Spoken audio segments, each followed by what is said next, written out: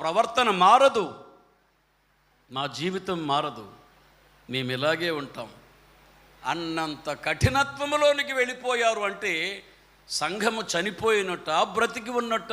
అందుకే నేను వెంటిలేటర్ మీద ఉంది సంఘం.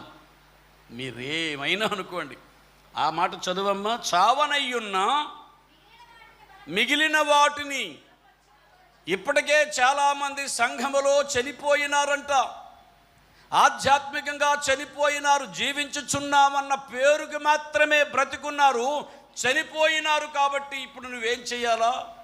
మిగిలిన వాటిని బలపరచు.